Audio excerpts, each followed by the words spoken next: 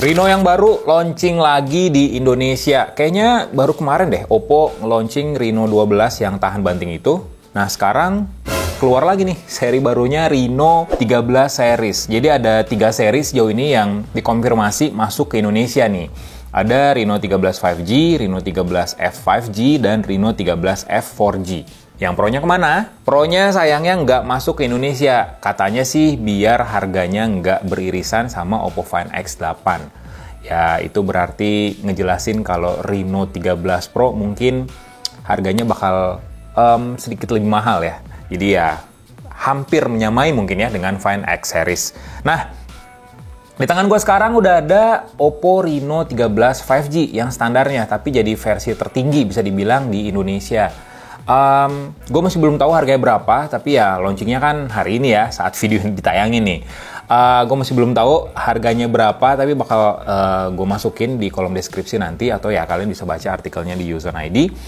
Kesan pertama gue adalah desain dari smartphone ini memang Reno series dari Oppo itu memang harus diakuin kalau soal kosmetik, kalau soal desain emang bagus. Lihat aja deh kayak Oppo Reno 11, terus juga Reno 12. Nah, Reno 13 juga desainnya tuh tiap Reno series selalu dibikin beda.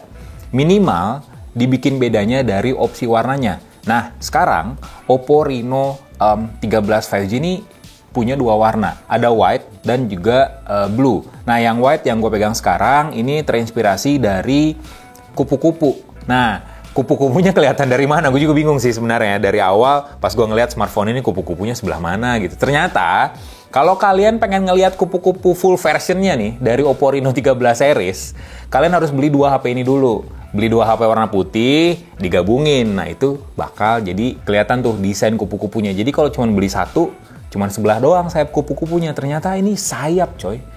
Ini sayap kupu-kupu ternyata.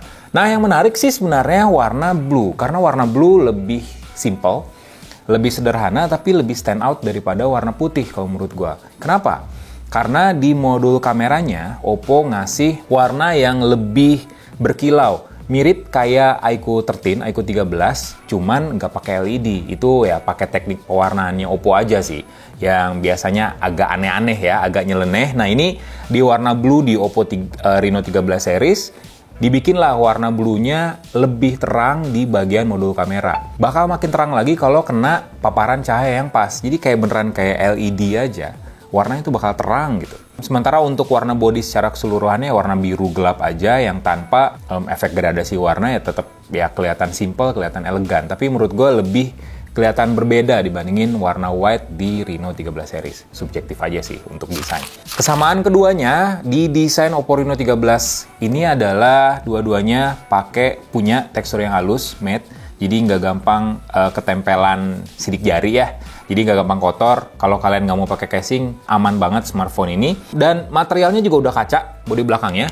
Terus sasisnya, bingkainya udah aluminium. Jadi lebih oke banget dibandingin sama frame plastik dan juga bodi belakang polikarbonat yang ya lebih murah kali ya bisa dibilang. Masa sih HP menengah ke atas masih aja pakai plastik? Ini udah kaca, terus juga aluminium. Grade-nya udah aerospace, jadi kalau untuk ketangguhan sih kayaknya lebih bagus ya. Mirip-mirip lah kayak Reno 12 series kemarin yang dibikin lebih kuat juga. Dan smartphone ini pun udah ngantongin IP rating IP68 dan IP69, jadi punya ketahanan terhadap air yang paling tinggi. Mau direbus kayak mau dimasukin freezer masih nyala harusnya smartphone ini. Terpaan debunya juga yang paling tinggi ratingnya, jadi ya untuk kegiatan outdoor harusnya lebih aman di Reno 13. Nah, ketika gue pakai smartphone ini, gue pegang smartphone ini beneran kesannya tuh beda banget. Ini nggak kayak Oppo sih. Ini kayak gue megang iPhone atau nggak megang HP Samsung, kayak megang Galaxy A55 kayaknya, atau S24 yang plus. Kenapa? Karena lihat deh, bingkainya dibikin flat, terus di sudut-sudutnya, di tepiannya dibikin agak melengkung. Plus minus sih. Plusnya ya memang Oppo ngikutin tren, jadi nggak mau ketinggalan tren. Tapi minusnya jadi nggak ada identitas desainnya sama sekali. Ya, kalau buat gue sih harusnya ya Oppo tetaplah dengan nerapin desainnya Oppo, malah harusnya bikin trendsetter seperti generasi-generasi sebelumnya. Kalau sekarang malah ngikutin tren ya. Di depan, panelnya AMOLED, Ukurannya 6,59 inci, resolusinya udah di atas Full HD+, 1256 x 2760 pixel, refresh rate-nya udah 120 Hz, terus juga kedalaman warnanya udah 10 bit alias 1 miliar warna, dan dia udah support juga in-display fingerprint sama lapisan kacanya udah pakai Gorilla Glass 7i, jadi harusnya lebih tahan gores meskipun nggak sekuat Gorilla Glass Victus 2. Harusnya sih Victus 2 ya, tanggung banget sih. Untuk spesifikasinya, Oppo masih setia sama prosesornya MediaTek. Jadi HP ini sekarang pakai MediaTek 8350 Dimensity. Memang ini masuknya ke kelas high-end, karena secara clock speed dia udah, di prime core-nya dia udah punya kecepatan sampai 3,35 GHz, jadi udah lumayan kenceng harusnya. Cuman nggak secepat ya 9000 series sudah pasti. RAM-nya berjenis LPDDR5X akhirnya, dan udah sampai 12 GB dengan RAM virtual sampai 12 GB. Jadi secara total RAM-nya bisa sampai 24 GB. Terus memori penyimpanannya udah UFS 3.1. Kapasitasnya kalau di global sih sampai 512 GB, cuman unit yang gue pakai ini 256 GB. Smartphone ini udah ditopang baterai yang lumayan gede loh untuk sebuah smartphone yang lumayan tipis nih. Ketebalannya itu sekitar 7,24 mili untuk warna putih, 7,29 mili untuk yang warna blue. Jadi lebih tipis di warna putih. Baterainya udah 5600 mAh yang udah disupport pakai SuperVOOC 80 watt. Jadi ngecas udah pasti cepat. Adapternya udah ada di dalam paket pembelian. Sistem operasinya udah ColorOS 15, basisnya Android 15, jadi ada banyak fitur di sini, termasuk fitur AI juga. Ada AI Link Boost, ini untuk meningkatkan konektivitas ya, ketika kita internetan atau telepon. Terus juga ada frame booster, jadi ningkatin frame rate ketika kita main game. Udah pasti juga AI di kamera, udah lumayan banyak, dari mulai AI scenes untuk menyesuaikan pengaturan kamera sesuai dengan skenario foto yang kita ambil. Terus juga ada underwater mode, jadi kita bisa motret pakai HP ini di dalam kolam renang atau di dalam air. Terus juga untuk fiturnya sendiri ada beberapa fitur AI, namanya AI Editor di sini. Ada fitur Enhanced Clarity, ada fitur AI Eraser, ada Unblur, dan juga Remove Reflections. Jadi fitur di galerinya, di galeri bawaan udah lumayan lengkap. Kalian juga bisa nambahin watermark di sini, meskipun bukan watermark Hasselblad. Di sini sih tulisannya Master Signature, jadi bukan Hasselblad. Untuk kameranya nih, mumpung kita ngomongin kamera, jadi kameranya sekarang kamera utama 50 megapiksel dengan OIS, Optical Image Stabilization. Terus juga kamera ultrawide 8 megapiksel sama kamera mono 2 megapiksel.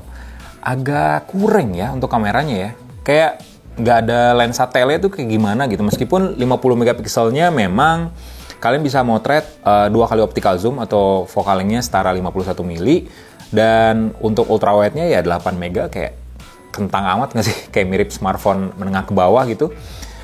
Untuk perekaman videonya kalian bisa 4K di 60 fps atau 1080p di 60 fps. Cuman kalau ngaktifin Ultra Steady, paling banternya di 1080p di 60 fps. Jadi bakal lebih stabil lah. Ultra Steady itu ngaktifin OIS dan juga AIS, Electronic Image Stabilization. Nah, untuk kamera depannya udah ada kamera selfie 50 megapiksel yang udah support autofocus. Nah, ada beberapa fitur lain nih, namanya AI Live Photo. Jadi, fitur ini tuh kayak di iOS kali ya, di galeri iOS. Kalian bisa motret gambar, tapi kamera tuh sebenarnya udah merekam momen 1,5 detik sebelum dan sesudah tombol shutter ditekan. Jadi, kalian tinggal ditekan fotonya, bakal kelihatan tuh momennya. Kayak video pendek gitu, dan kalian bisa nyimpen sebagai file yang terpisah untuk diupload ke IG Story kayak atau ke IG Feed, bebas. Jadi udah langsung di capture oleh Oppo Reno 13 ini.